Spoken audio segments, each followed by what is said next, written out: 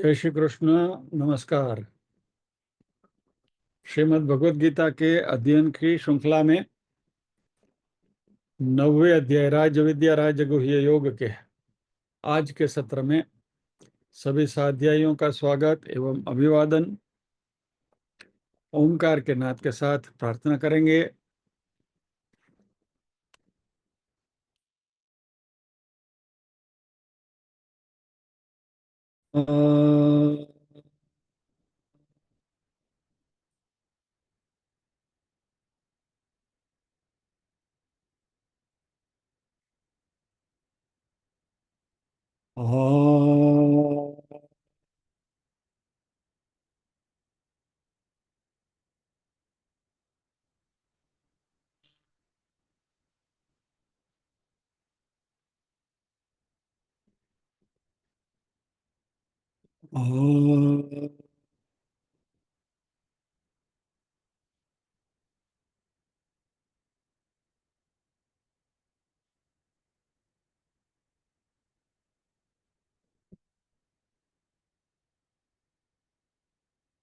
वक्रतुंड महाकाय सूर्यकोटि समप्रभ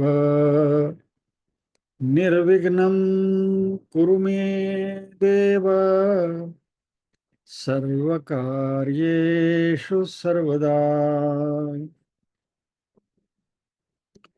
या कुन्देन्दु तुषारहारधवला या शुभ्रवस्त्रावृता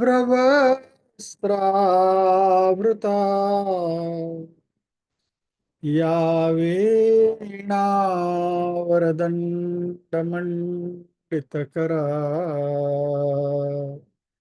या श्वेतपद्मासना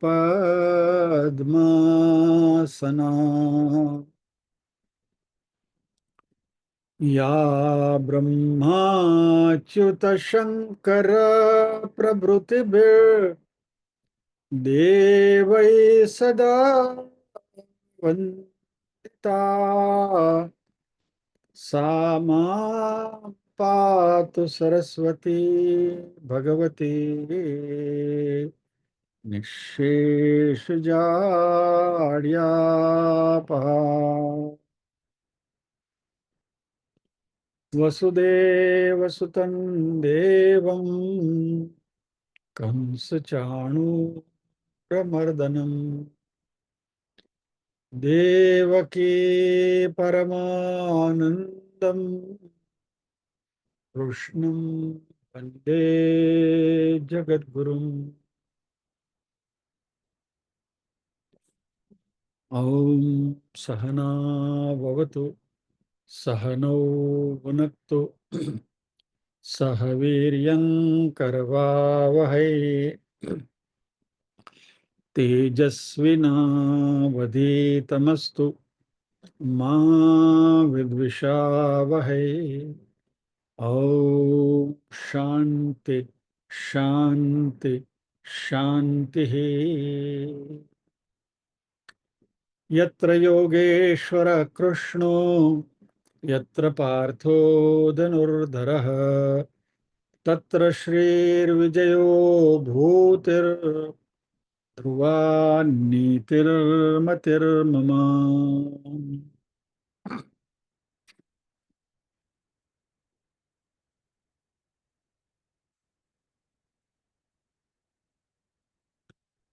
पारायण के लिए नीरूबेन को आमंत्रित करेंगे।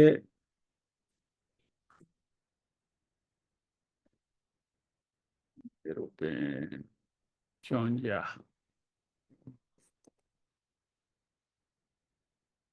नीरूबेन આવી જાઓ મેદાનમાં।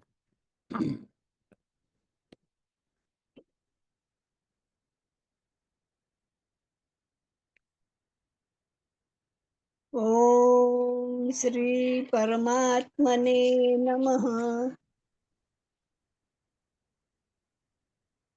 राजविद्या राजगुह्य योगः अथ नवमोऽध्यायः।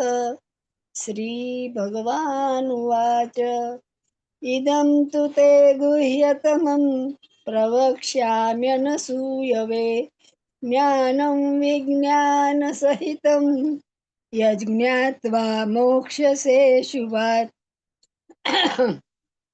राजविद्या राजगुह्यं पवित्रमिदमुत्तमम् प्रत्यक्षावगमं धर्म्यं सुसुखं कर्तुमव्ययम् अश्रद्धदानः पुरुषा धर्मस्यास्य परन्तप अप्राप्य मां निवर्तन्ते मृत्युसंसारवर्त्मनि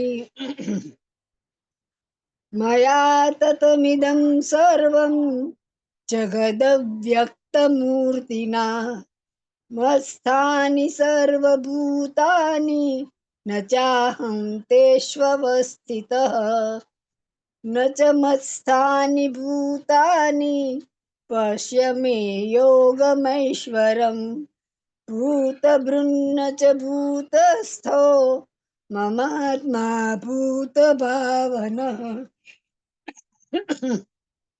यथाकाशस्थितो नित्यं वायुः सर्वत्र गोमहान् तथा सर्वाणि भूतानि मत्स्थानीत्युपधारय सर्वभूतानि कौन्तेय प्रकृतिं यान्ति मामिकाम् कल्पक्षये पुनस्तानि कल्पादौ विसृजाम्यहम्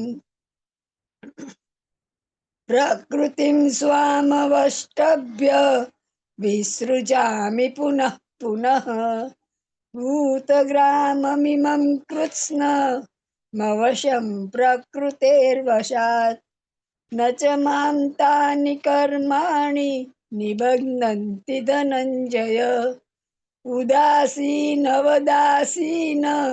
मसक्तं तेषु कर्मसु मयाध्यक्षेण प्रकृतिः सूयते सचराचरम् हेतुनानेन कौन्तेय जगद्विपरिवर्तते अवजानन्ति मां मूढा मानुषीं तनुमाश्रितम् परं भावमजानन्तो मम भूतमहेश्वरम् मोगाशा मोगकर्माणो मोगज्ञानाविचेतसः राक्षसीमासुरीं चैव प्रकृतिं मोहिनीं श्रितः महात्मानस्तु मां पार्थ दैवीं प्रकृतिमाश्रिताः भजन्त्यनन्यमनसो ज्ञात्वा भूतादिमव्ययम् આગળ બોલો છો નિર્ભય. નિર્ભય આગળ બોલો છું. જય શ્રી કૃષ્ણ. जय श्री कृष्ण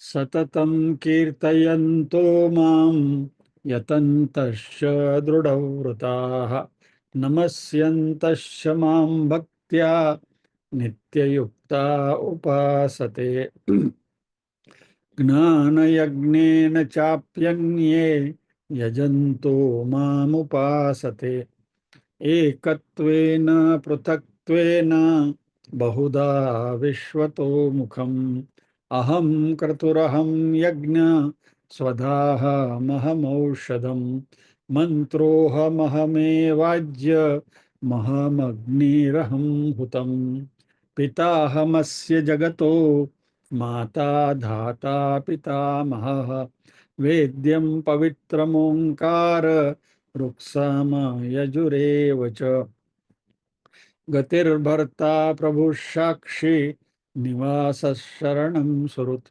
પ્રભવ પ્રલયસ્થાનં નિદાનં બીજમવ્યયમ તપામ્ય અમહં વર્ષં નિગૃહ્ણાં મૃત્યુત્સૃજામિ ચ અમૃતં ચૈવ મૃત્યુશ્ચ સદસચ્ચાહમર્જુન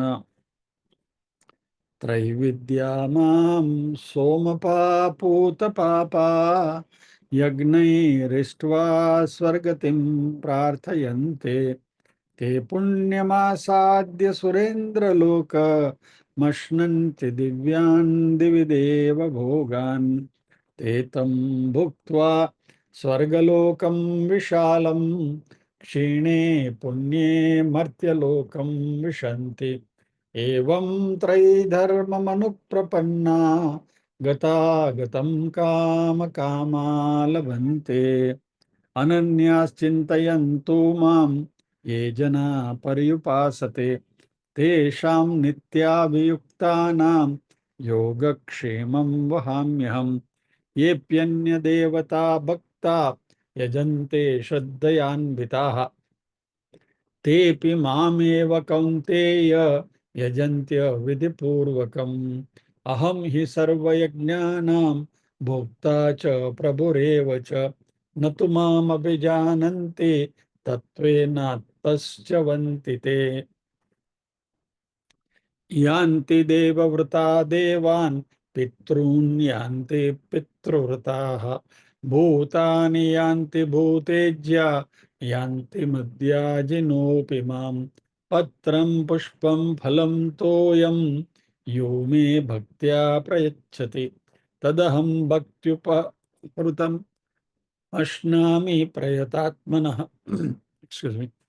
यत्करोषि यदश्नासि यज्जुहोषि ददासि यत्तपस्यसि कौन्तेय तत्कुरुष्व मदर्पणम्।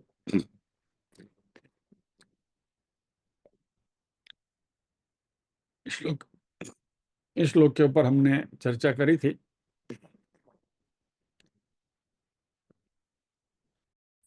इस श्लोक के ऊपर हमने चर्चा करी थी और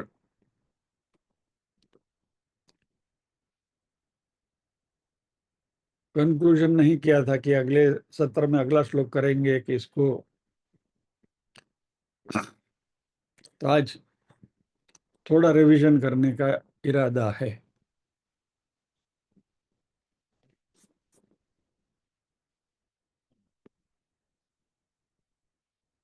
तो मैं કહેશો કે ભાઈ આ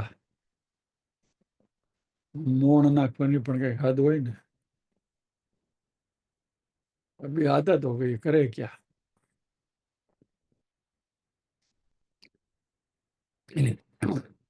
भगवान कृष्ण इस अध्याय के 20वें श्लोक से लेकर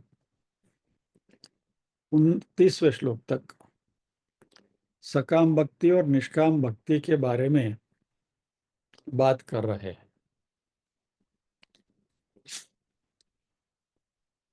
भगवान कृष्ण सकाम भक्ति के विरुद्ध नहीं है, ऐसा बोलना तो गलत होगा।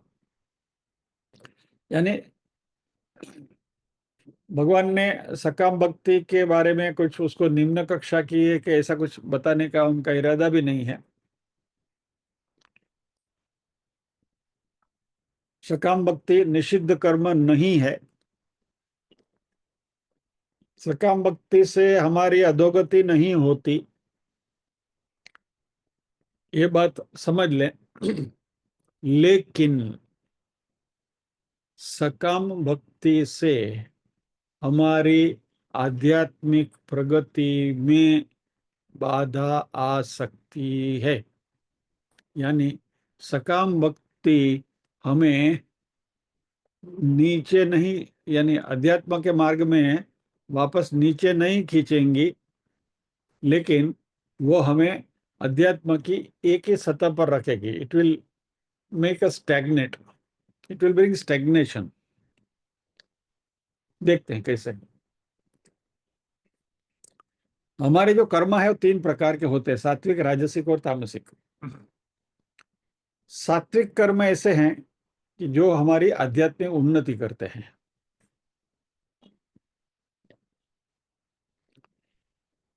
तामसिक कर्म ऐसे हैं जो हमारी आध्यात्मिक अवनति करते हैं, दे ब्रिंग अस डाउन।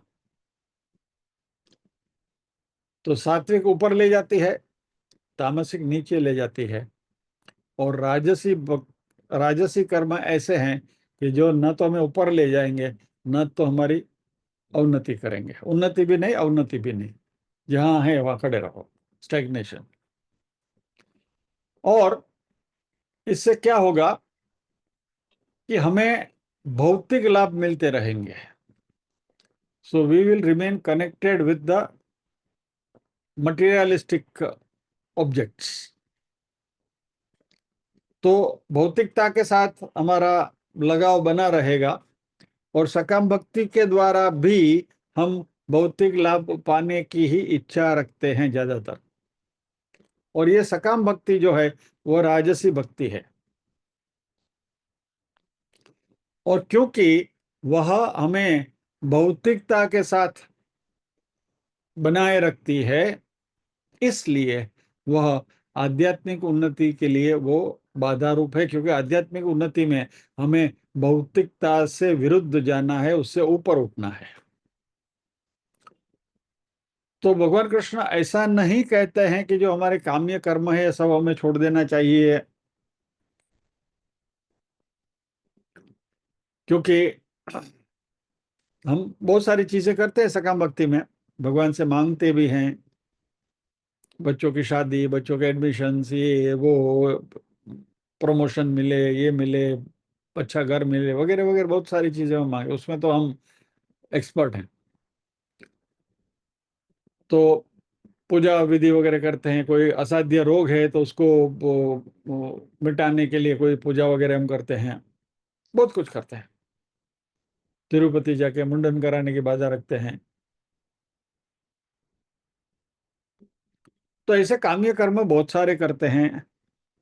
भगवान कृष्ण ऐसा नहीं कहते हैं कि सबको तुम छोड़ दो ऑल ऑफ ए सडन, बोले अभी तो मैं आध्यात्मिक हो गया हूं, इन सब से मेरा कोई लेना देना नहीं है, ऐसा नहीं है।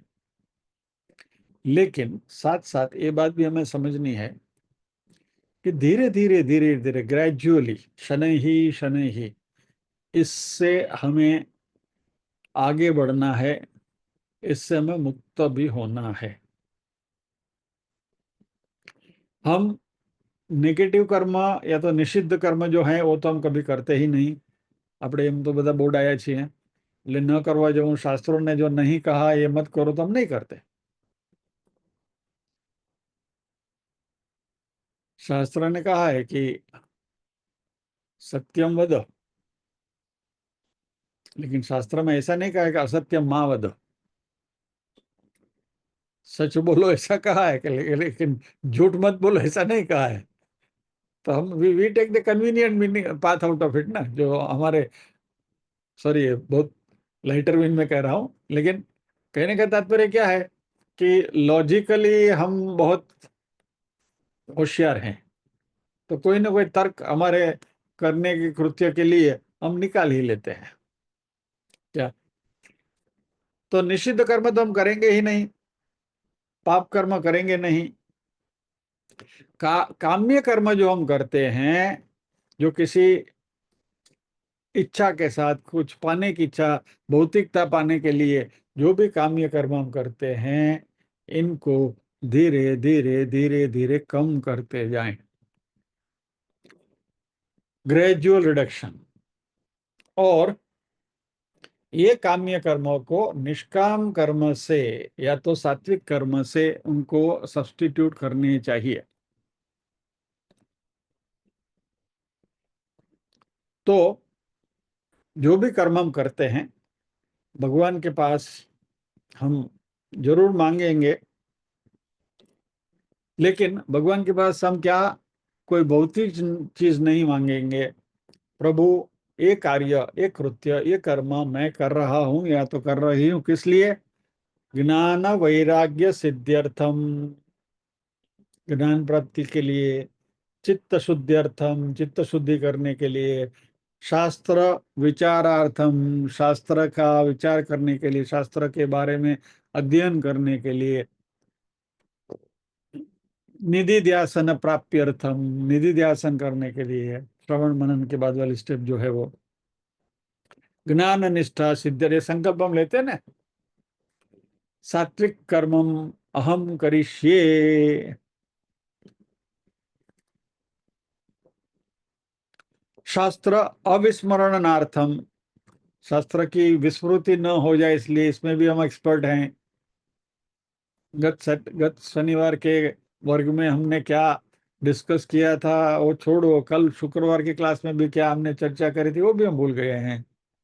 तो ये तो हमारी तासीर है, फितरत है। तो शास्त्र अविस्मरणार्थम, शास्त्र की विस्मृति न हो इसलिए भी हम कुछ न कुछ कर्तव्य कर्म करते हैं। तो गृहस्थ हम हैं, तो हमारे मन में बहुत सारी इच्छाएं, डिजायर्स होती हैं। हमें हमें बहुत सारी फर्ज निभानी है गृहस्थी की, और उसमें कई बाधाएं आती हैं, ऑब्स्टेकल्स आते हैं। और इस समय हमारी टेंडेंसी होती है कि हम हाथ जोड़कर भगवान के सामने जाके खड़े हो जाते हैं। इसमें कोई गलत बात नहीं है, लेकिन ये बार बार जाने की यदि हमारी आदत है तो इस आदत को हम थोड़ा सुधारें।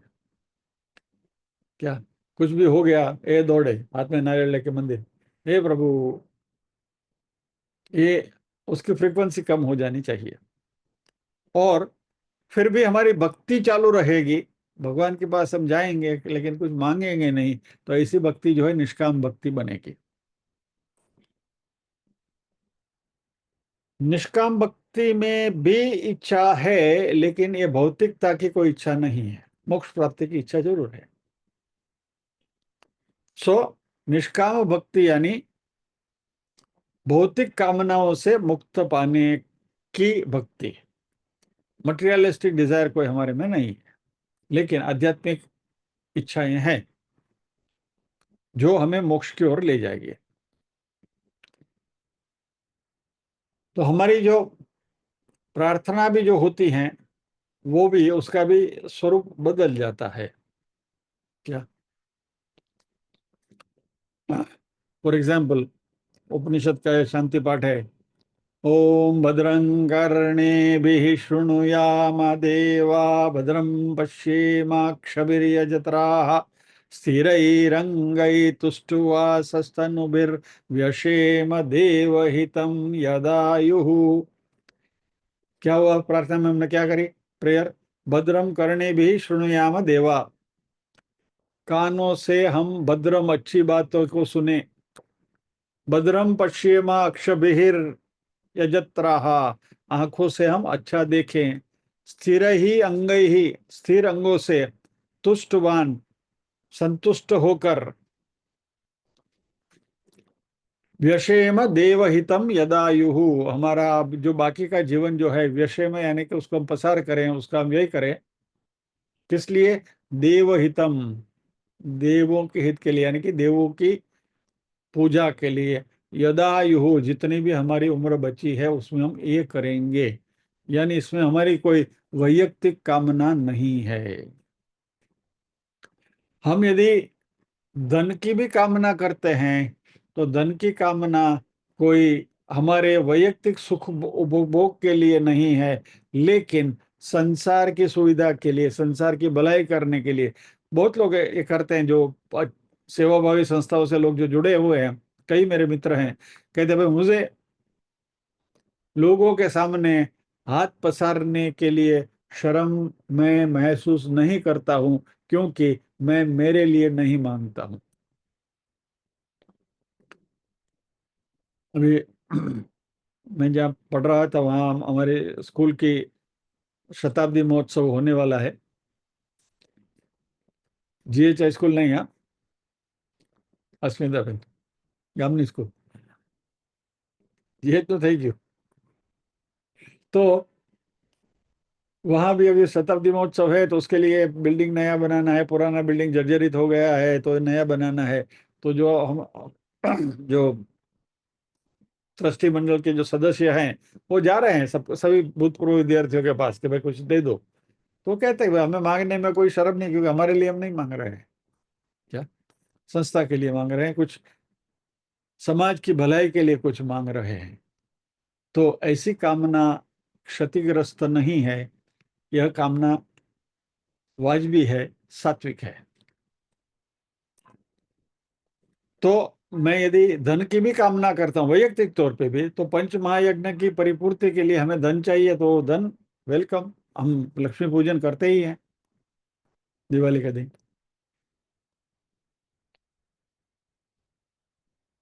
अच्छे कार्य के लिए धन की प्राप्ति हो, और ये अच्छे कार्य करते हुए, निष्काम कर्म करते हुए चित्त की शुद्धि हो, तो धन इच्छा भी आध्यात्मिक उसका स्वरूप हो सकता है। यानी जो भी इच्छा है हमारी, उसके पीछे हमारा मकसद क्या है वह मायने रखता है। क्या इच्छा करते हैं वो सेकेंडरी है। तो कोई भी हमारी इच्छा जिससे हमारा हमारे मन की शुद्धि हो, ज्ञान प्राप्ति हो, वह निष्काम भक्ति का ही स्वरूप है। सकाम भक्ति में पहले हम देख चुके हैं कि उसके जो नीति नियम है वो बहुत कड़क स्ट्रिक्ट होते हैं। इसी तरीके से उसका पालन होना चाहिए, नहीं हुआ तो फल नहीं मिलेगा, और कभी कभी नहीं हुआ तो विपरीत परिणाम भी आ सकते हैं। It can be counter productive. निष्काम भक्ति में ये कोई रूल्स एंड रेगुलेशंस की कोई ज्यादा अपनी अहमियत नहीं है। उसमें हमारा भाव क्या है वह मुख्य है। Attitude becomes important.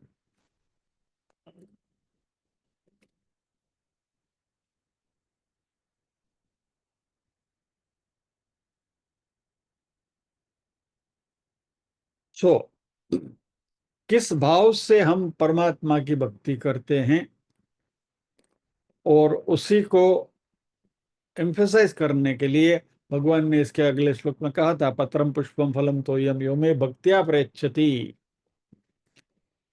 इसमें एक अच्छी एक कहानी सामने आई है, बहुत सुंदर है।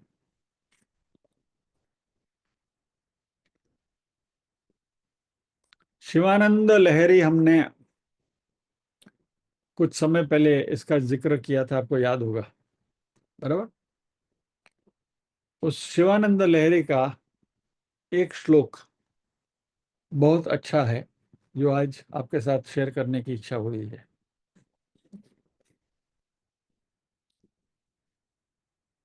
पहले आपको श्लोक सुनाता हूं, फिर बाद में उसका अर्थ देखेंगे।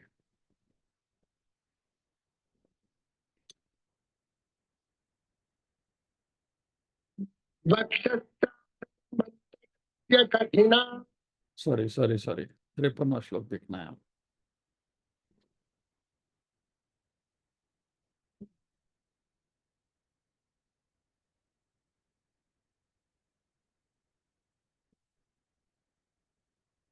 आवाज आ रही है ना, जरा थम्स अप करना।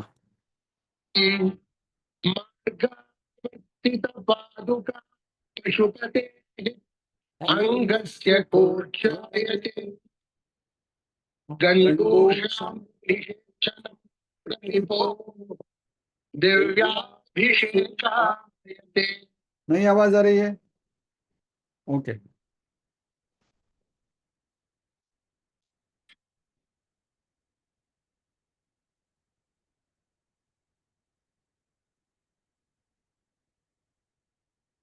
शंभो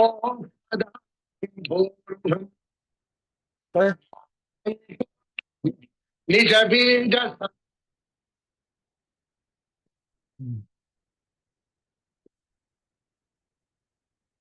अभी आएगा। कांतोपलम शोचिका साध्वी नैज विभुम दता क्षितिरुधम सिंधुस्तरिद्वल्लभम प्राप्नोति यथा तथा पशुपते पादपर्यन्तम् चेतो वृत्तिरूपेत्यतिष्ठति सदा भक्तिरित्युच्यते।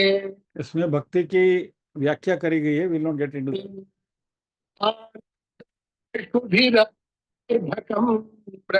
आपको आवाज आ रही है ना? जरा थम्स अप कर दीजिए प्लीज। नहीं आती है? आती है जाती है, आती है जाती है, ऐसा है? अच्छा ओके। मेरी आवाज आ रही है? अच्छा, मैं गाऊंगा उनके साथ।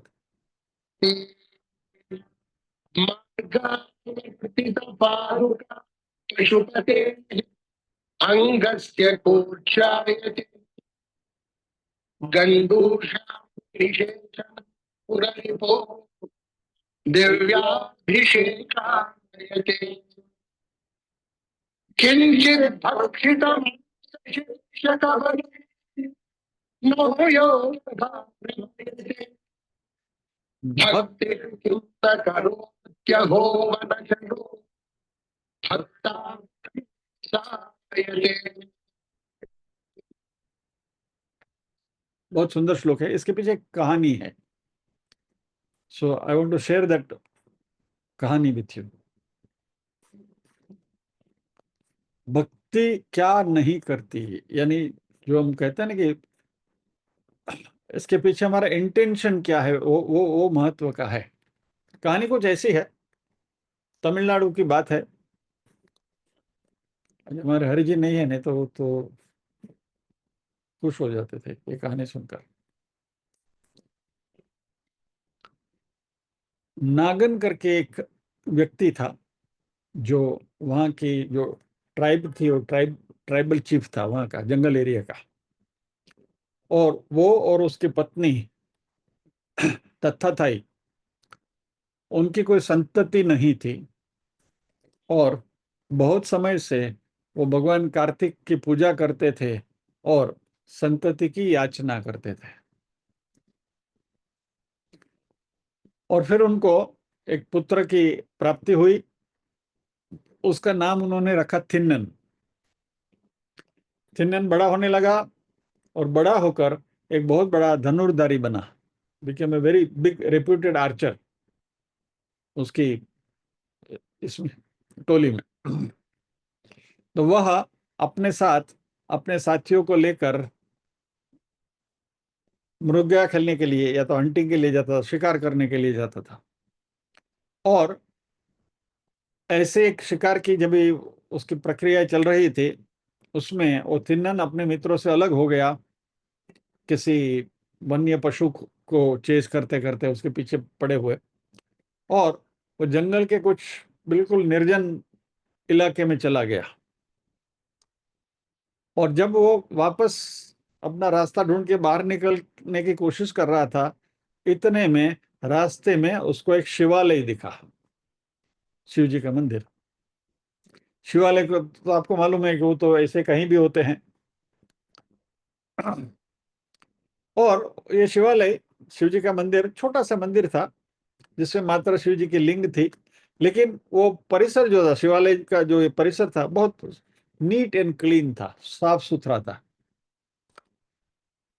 थिन्नन पता नहीं उस लिंग से उसको काफी अट्रैक्शन होने लगा, प्रभावित हुआ वो। और उसके मन में, ये शिकारी के मन में, थिन्नन शिकारी था, उसके मन में शिव जी को कुछ अर्पण करने की इच्छा जागी। I want to offer something to भगवान। थिन्नन को पूजा पाठ कैसे करते हैं वैसे कोई उसको कोई पता ही नहीं था, ही नेवर न्यू, कभी उसने किया ही नहीं था, क्योंकि उसका काम ही खाली वन्य पशु का शिकार करना और खा पी के मौज करना। लेकिन पता नहीं उसके मन में क्या भाव जाग उठे, तो शिव जी को कुछ अर्पण करना है और साथ में वो टिफिन वगैरह कुछ लेके जाते रहे हैं। तो उसमें से उसने जो खाया हुआ था, उसमें से बचा हुआ मांस जो था, वो मांस उसने शिव जी को अर्पण किया। यह मंदिर अभी भी है वहां, तिरुकालाहस्ती नाम का। और वहां एक ब्राह्मण पूजा करने के लिए आता था, पुजारी आते थे, जो काफी लंबे दूरी पर रहते थे। और वह भगवान शिव जी के बड़े भक्त थे। लेकिन रोज इतना लंबा चलकर वो आने को उनको थोड़ा श्रम पड़ता था, इसलिए वो रोज नहीं आते थे। 15 दिन में एक बार आकर मंदिर की साफ सफाई करके भगवान शिव जी की पूजा करके वो व्यक्ति वापस चला जाता था।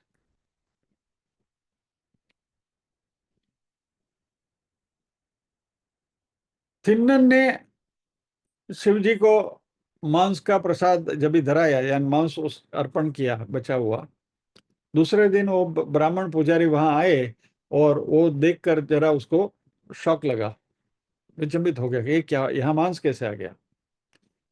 तो उसको ऐसा लगा कि कोई शिकारी जानवर होंगे, शिकार किया होगा और उधर घूमते घूमते उसके मुंह में जो कुछ मांस का टुकड़ा पड़ा होगा या छोड़ के चला गया है।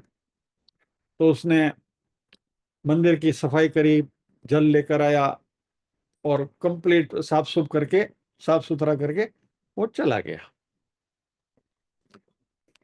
दूसरे दिन थिन्नन वापस आया, उस दिन बचा हुआ मांस भगवान के सामने रखा था, अभी वापस फ्रेश मांस लेकर आया। पूजा की कोई विधि उसको मालूम नहीं थी। शिव जी के सामने बैठा और अपने दिल की बात बस वहां बैठे बैठे कहने लगा कि प्रभु ऐसा है, वैसा है, वैसा। और उसमें उसको इतना आनंद मिला और इतनी शांति मिली कि वो रोज वहां आने लगा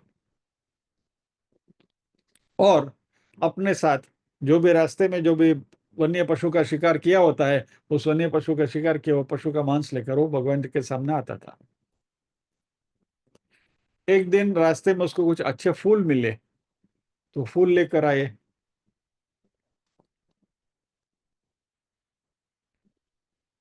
और वो दोनों हाथ में, उस दिन जो उसने शिकार किया था वो पशु का मांस लेकर चल रहा था। रास्ते में उसको एक झरना दिखाई दिया, पानी का जल बहता था उसमें।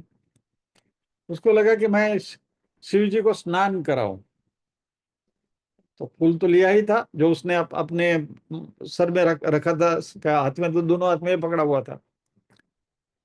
तो फूल यहाँ रखा है, दोनों हाथ में वो शिकार का पशु का ये है, और उसको लगा कि मैं भगवान शिव जी को आज मैं स्नान कराऊंगा। तो उसने किया क्या मालूम है? नीचे झुका, झरने में मुंह डाला और मुंह में पानी भर लिया और शिव जी के मंदिर में जाकर उसने मुंह में जो पानी भरा था वो पानी लिंग के ऊपर फू करके भगवान जी का स्नान कराया, और जो फूल यहाँ रखा था वो शिव जी के सामने रखा और वापस शिव जी के साथ अपनी रेगुलर बातचीत करके निकल गया। दोबारा जब ये ब्राह्मण आए, वो तो 15 दिन के बाद आने वाले थे, तो वो जो उन्होंने देखा तो बिल्कुल अचंभित हो गए कि पूरे मंदिर में मांस के टुकड़े इधर उधर उधर उधर बिखरे हुए पड़े हुए थे और शिव जी के लिंग के ऊपर भी किसी ने जैसा थूका हुआ था ऐसा भी कुछ उसको दिखाई दिया। तो उसने सोचा कि ये कोई पशु का काम तो नहीं हो सकता है, कोई ना कोई इंसान यहाँ आता है, और ऐसा कैसा इंसान है जो शिव जी की इस तरीके से अवमानना करता है, वो ऊपर थूकता है और ये मांस छोड़ के जाता है। फिर भी उसने मंत्रोच्चार करते हुए सारे मंदिर की सफाई कर दी और वो चला गया और प्रार्थना करी भगवान से कि भाई प्रभु सद्बुद्धि दो, ऐसा कोई अभी न करें। लेकिन जब भी वो पृष्ठ वहां आते थे, हमेशा उन्होंने यही देखा और उनका हृदय द्रवित हो गया और वो अपने आंसू को नहीं रोक सके। शिव जी के वो भी बड़े भक्त थे, तो उन्होंने शिव जी के सामने प्रार्थना करी कि हे प्रभु, आप तो बहुत शुद्ध हैं और महादेव हैं, आप इस तरीके की बिहेवियर जो है किसी की, वो आप कैसे टॉलरेट करते हैं? आप तो पूरी विश्व के रक्षक हैं, तो आप तो अपने आप की तो रक्षा करिए, ऐसे सब जो आपकी जो अवमानना करते हैं उसके लिए।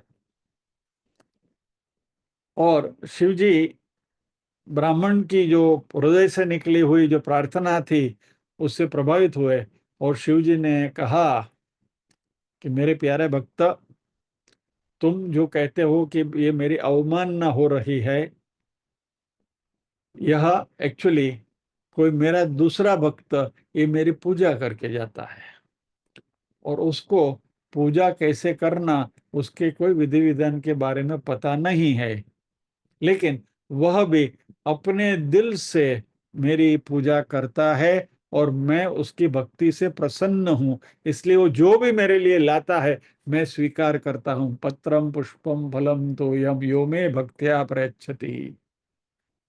बराबर। और यदि उसकी भक्ति मेरी ओर किस प्रकार की है वह देखना है तो तुम अपनी आंखों से देखो अभी क्या होता है, और अभी उसका आने का समय हो गया है। तो पुजारी ब्राह्मण को भी थोड़ी इंतजारी थी कि भाई क्या हो रहा है, देखे तो सही। और भगवान शिव जी जिसकी प्रशंसा करते हैं तो वो तो मेरे से भी बड़ा भक्त है, तो कैसा भक्त है देखो तो सही। तो ब्राह्मण ने अपने आप को झाड़ियों के पीछे छुपा लिया और थिन्ननाया, वही हाथ में मांस का ये लेकर, फिर यहाँ फूल लगे हुए हैं और मुंह में पानी भरकर। और थिन्नन ने अपनी जो रूटीन पूजा थी शुरू करी, फू करके शिव जी के ऊपर पानी छिड़का, लिंग के ऊपर, और ये सब जो लाया था भगवान के सामने रखा। और सडनली उसने देखा कि शिव जी की आंखों में से अश्रुधारा हो बह रही है और कुछ शिव जी की आंखों में से कुछ टपक रहा है। तो दौड़ा, बाहर गया, वहां से कुछ वनस्पति वगैरह लेकर आया, लगा कि शिव जी को कोई घाव वाव तो नहीं लगा है, तो वह उसकी शुश्रूषा करने लगा। ये अप्लाइड दोज हर्ब्स। लेकिन इससे परिस्थिति और भी बिगड़ी। तो शिव जी की आंख में से जो अश्रुधारा या तो कोई फ्लूइड जो झर रहा था उसके बजाय वहां से खून टपकने लगा। तो ये बेचारा थिन्नन परेशान हो गया, क्या हो रहा है मेरे भगवान को, आंख में से अश्रुधारा क्या, खून टपक रहा है, लहू बह रहा है।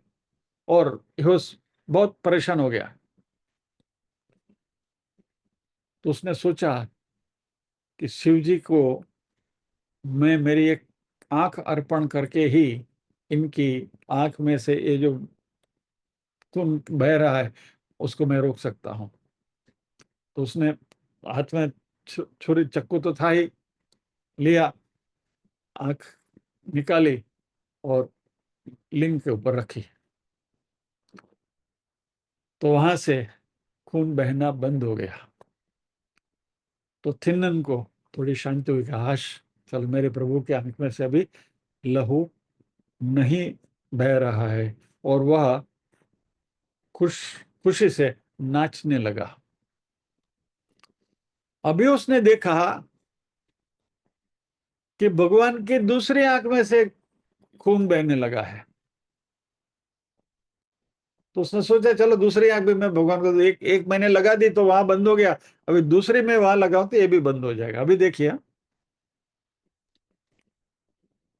अभी वो सोचने लगा कि मैं मेरी दूसरी भी आंख निकाल के भगवान को अर्पण करूंगा तो मैं तो अंधा हो जाऊंगा, तो मुझे कैसे दिखाई देगा कि मुझे ये शिव जी की आंख कहाँ रखनी है शिव जी के लिए।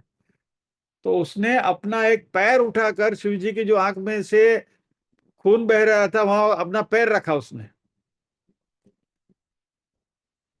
ताकि एज ए मार्क कि भाई अभी मेरा जो पैर है वहां शिव जी की आंख है, तो ये आंख में निकाल के मैं वहां पैर हटा के वहां आंख रखू करके।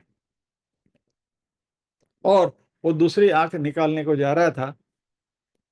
शिव जी तो दयालु है, आशुतोष है, तो अपने भक्त की इस डिवोशन भक्ति थी उससे बहुत प्रसन्न हुए और वह उसके सामने प्रकट हुए।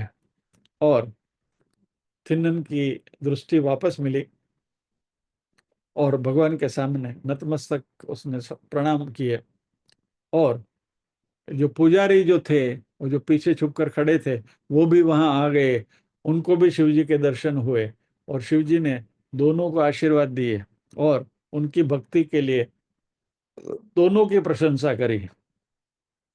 और थिन्नन की शिव जी ने विशेष प्रशंसा करी और थिन्नन को उन्होंने संत की उपाधि दी।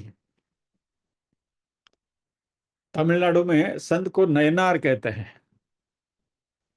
तो थिन्नन को नयनार की उपाधि दी। और नयनार यानी शिव जी के बड़े जो भक्त होते हैं उनको नयनार कहे जाते हैं। और क्योंकि उसने अपनी आंख शिव जी को अर्पण करी थी, तमिल में आंख को कन्न कहते हैं, तो इसलिए वो कन्नन, कन्नन जो नाम आता है ना, वो इसके ऊपर से डेराइव होता है। तो इसलिए उसका नाम बना कन्नपा नयनार। और यह नाम तमिलनाडु में एक बड़े भक्त के रूप में बहुत प्रसिद्ध है। जैसे हमारे यहाँ भक्तों के नाम से प्रसिद्ध हैं, वैसे Kannappa Nayanar is very famous. तो जो शिवानंद लहरी में जो ये जो श्लोक हमने देखा,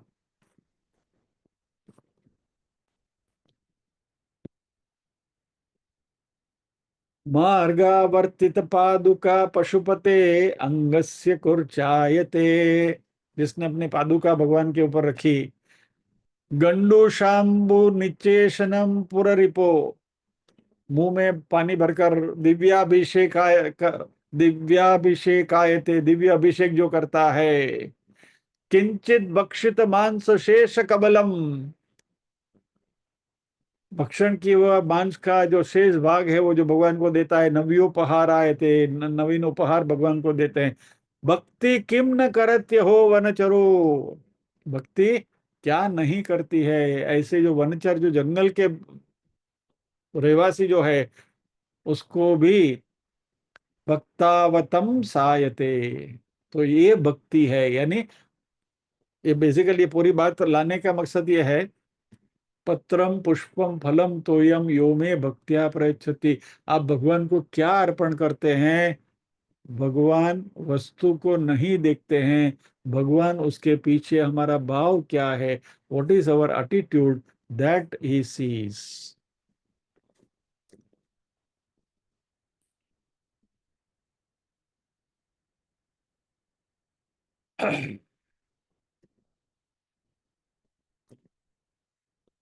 यो में भक्त्या प्रयच्छति। और निष्काम भक्ति जो है, वह, उसके लिए कोई पूजा पाठ या तो कोई विधि विधान की जरूरत नहीं है। निष्काम भक्ति हमारी जीवन शैली से भी हम कर सकते हैं, यानी बाय चेंजिंग अवर लाइफस्टाइल। मात्र पत्रम पुष्पम फलम तोयम, कोई वस्तु भगवान को अर्पण करते हुए नहीं, हमारी लाइफस्टाइल जो है उसको यदि हम बदलें, वही अगले श्लोक, ये इस श्लोक में भगवान कह रहे हैं, यद करोषि यदस्नासि यज्जोषि ददासि यद तपस्यसि कौन्तेय तत्कुरुष्व मदर्पणम। जो जो हम करते हैं सब कुछ परमात्मा को अर्पण करते हैं। और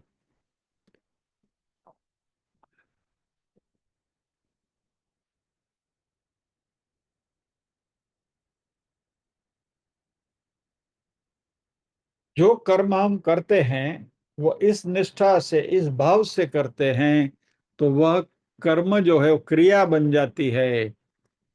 और क्योंकि भगवान के चरणों में ये हमने अर्पण किया है, तो यह जो कर्म का जो फल है वह ईश्वर प्रसाद बन जाता है। यानी भविष्य में जो भी कुछ होने वाला है वह परमात्मा का प्रसाद ही हमें मिल रहा है। यानी जो भी मिलेगा वो प्रभु कृपा, प्रभु प्रसाद है, ऐसा समझकर उसे सम्यक भाव से स्वीकार करने की हमारी निष्ठा हो जाती है। ये निष्काम भक्ति है। क्योंकि निष्काम भक्ति में किसी भी प्रकार की एंजाइटी नहीं होती, चिंता नहीं होती, क्योंकि अभी तो जो कुछ आ रहा है परमात्मा का प्रसाद है, जो भी आए हमें स्वीकार्य है। जरा ये प्रसाद फिर बार बार कहते हैं ना, मंदिर में जब भी हम जाते हैं, भगवान के सामने दर्शन किया, हाथ में प्रसाद है, हम कुछ देखते नहीं है क्या दिया है, कुछ भी दिया, सीधा मुंह में रख दिया। ये बात में बार बार यहाँ से कही जाती है कि भाई कोई डायबिटिक है, उसके हाथ में पेड़ा भी रख दिया जाए तो मुंह में रख देगा। नॉर्मली उसको पेड़ा, नहीं नहीं नहीं, मुझे डायबिटिक, मैं नहीं खाता हूँ। प्रसाद के रूप में आया, प्रसाद है। यानी जीवन में कुछ भी चीज हमारे सामने आएगी तो प्रभु का प्रसाद है, वो ऑटोमेटिकली, जैसे भगवान का प्रसाद हम मुंह में ग्रहण करते हैं, उसी तरीके से कोई भी सिचुएशन, कोई भी परिस्थिति सामने आ गई, प्रभु का प्रसाद है, बस, नो कंप्लेन। तो भविष्य की चिंता मिट गई, चाह मिटी चिंता गई, मनुआ बेपरवाह, जिसको कछु न चाहिए वो है शाहों के शाह। तो ये निष्काम भक्ति का फल है।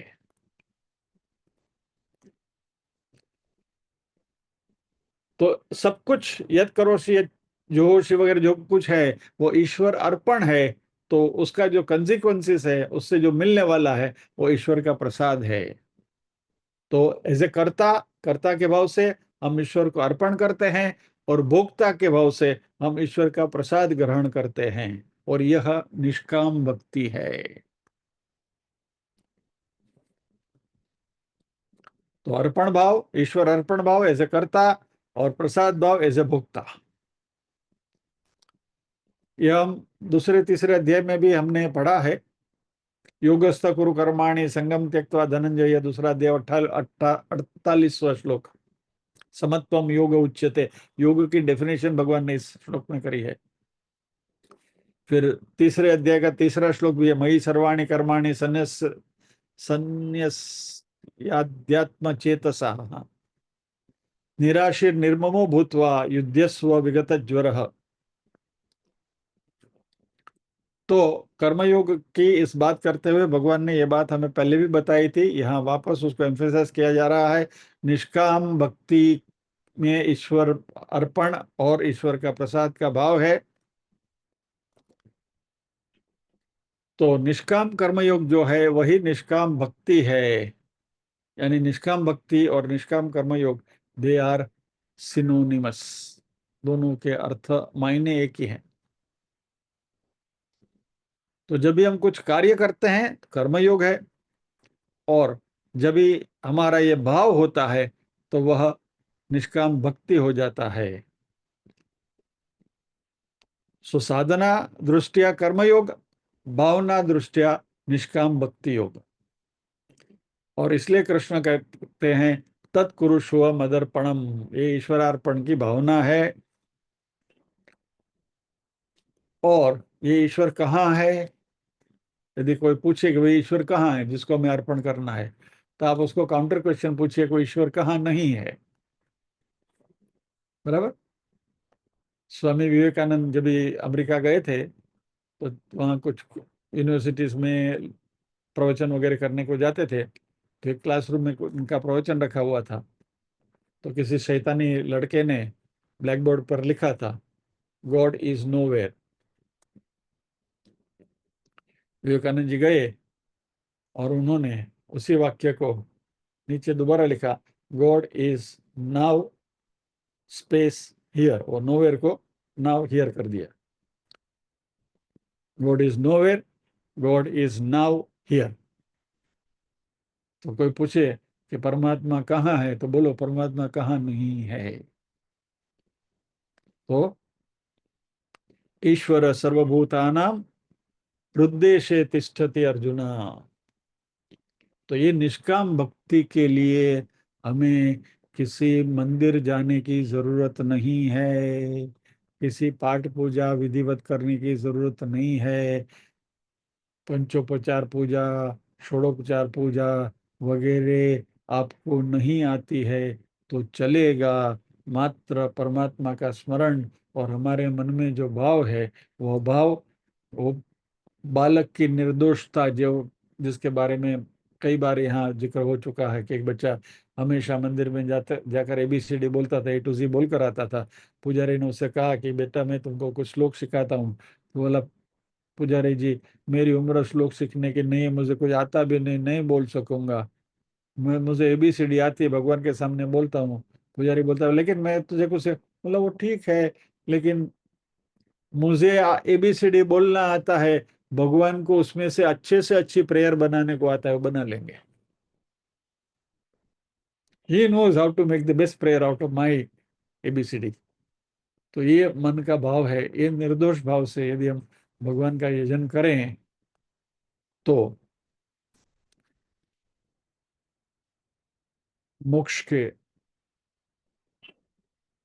करीब हम पहुंच जाएंगे। चित्त शुद्धि इज एश्योर्ड। और जब चित्त शुद्धि होगी, चित्त निर्मल होगा, तो आत्मा का जो प्रकाश है वो उसमें रिफ्लेक्ट होगा। छठे अध्याय में जो बात कर रहे थे उसी को यहाँ दोहराते हैं। आत्मा से, आत्मा के द्वारा आत्मा में देखना, वही बात फलीभूत होती है। तो इस बात के साथ आज के सत्र को हम यहाँ विराम देंगे। 2 श्लोकों का रिवीजन करना था उसके भाव के साथ, तो हो गया। प्रार्थना करेंगे।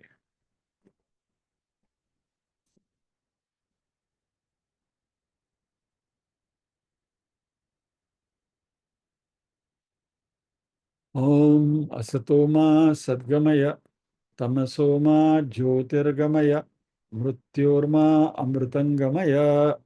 सर्वेषां स्वस्तिर्भवतु, सर्वेषां शान्तिर्भवतु, सर्वेषां मंगलं भवतु, सर्वेषां पूर्णं भवतु। लोका समस्ताः सुखिनो भवन्तु, लोका समस्ताः सुखिनो भवन्तु। नाहं कर्ता हरिः कर्ता, हरिः कर्ता हि केवलम्। ओम शांति शांति शांति ही। सभी के हृदयों में विराजमान परम कृपालु परमात्मा को वंदन करते हुए आज के सत्र को विराम देते हैं।